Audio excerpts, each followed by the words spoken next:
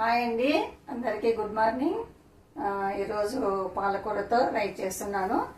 Rice చాలా బాగుంటుంది పాలకూరతో. అట్లనే ఈ పాలకూర ఒకటే కాకోకుండా ఇంకా కొంచెం మనం ప్రోటీన్స్ అట్లా కొంచెం యాడ్ చేసుకొని రైస్ చేసుకున్నాము. చాలా టేస్టీగా ఉంటుంది రైస్. దానికి ఏమేమి కావాలో చూద్దాం. రైస్ పాలకూర రైస్కి నేను కొంచెము పన్నీర్ తీసుకున్నాను, కరివేపాకు, ఫ్రోజన్ బఠానీ ఇవి, అట్లనే కొంచెము కాజు నట్స్, పచ్చిమిరపకాయలు, ఉల్లిగడ్డలు, కొత్తిమీర, కొద్దిగా సాజీరా. ముందుగా మనము ఇది గ్రైండర్ చేసి పెట్టుకున్నాము. కొంచెము పేస్ట్ లాగా చేద్దాము.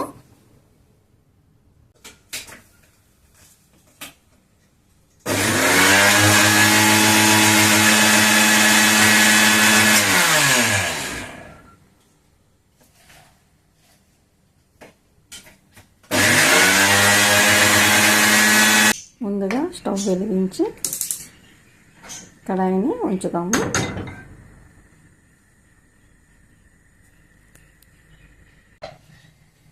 ఇప్పుడు కడాయి వేడైంది, ఆయిల్ వేస్తున్నాను.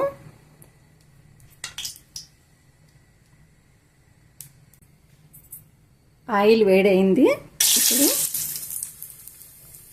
కాజు నట్స్, కొద్దిగా షాజీరా,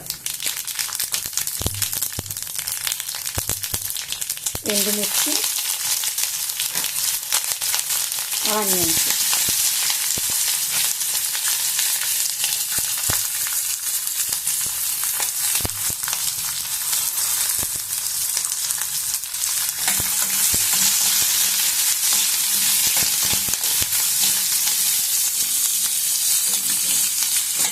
కొద్దిసేపు వేగనిద్దాము.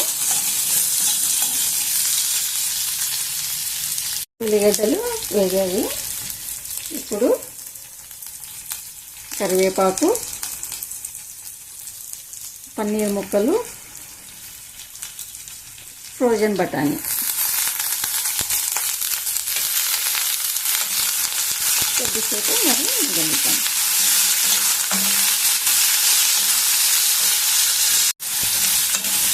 బాగా వేగాయి. ఇప్పుడు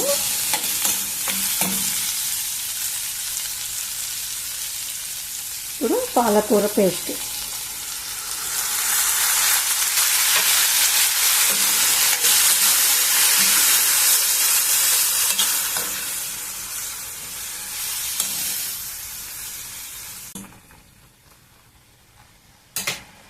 కొద్దిసేపు మగ్గనిద్దాము.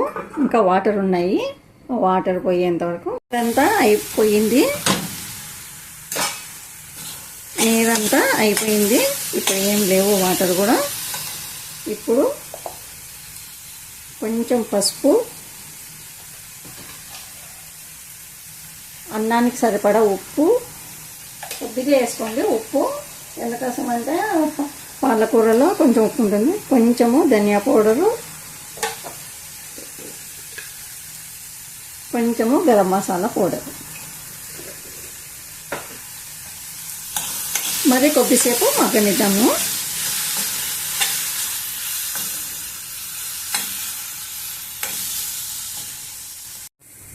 ఇప్పుడు బాగా మగ్గింది.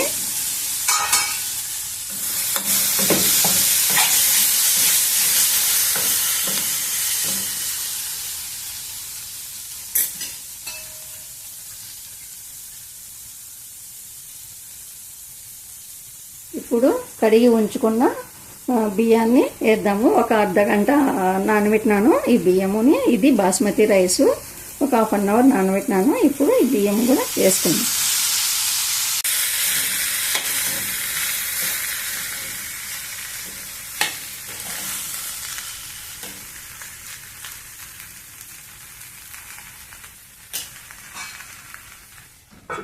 కొద్దిసేపు మగ్గనిద్దాము.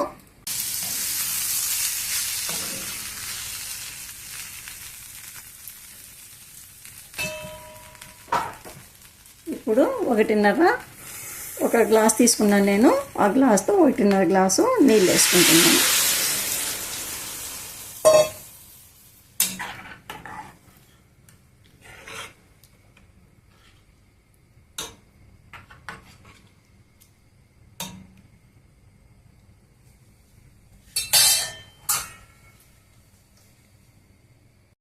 ఒకసారి చూద్దాము.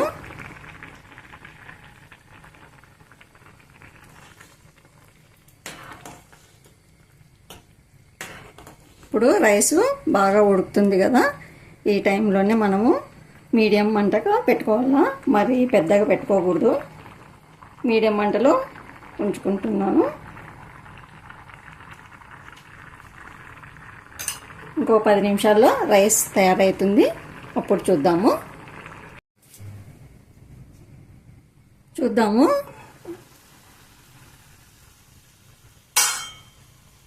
రైస్ దాదాపుగా ఉడికింది. ఇంకా కొద్ది ఉంది. ఇంకా కొద్దిసేపు సిమ్లో పెట్టుకున్నాము. ఇప్పుడు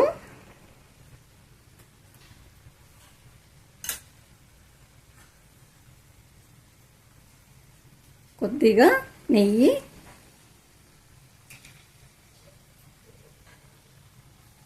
కొంచెము కొత్తిమీర,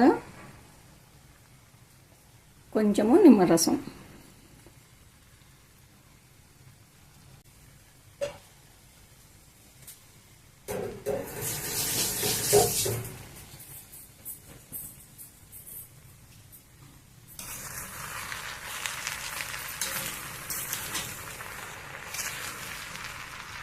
ఎక్కువ కలపద్దండి. ఎక్కువ కలిపినామంటే మెత్తగా అవుతాయి. బాస్మతి రైస్ కదా, ఇది నార్మల్ రైస్తో కూడా చేసుకోవచ్చు మీరు. ఇంకా కొద్దిసేపు మగ్గనిద్దాము. ఇప్పుడు చూద్దాము, అయి ఉంటుంది పాలకూర రైసు. అయిపోయింది.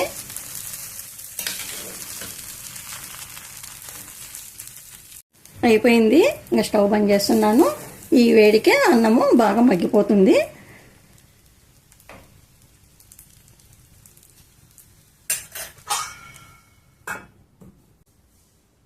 చూసినారు కదండి, నేను పాలకూర రైస్ ఎలా తయారు చేశాను.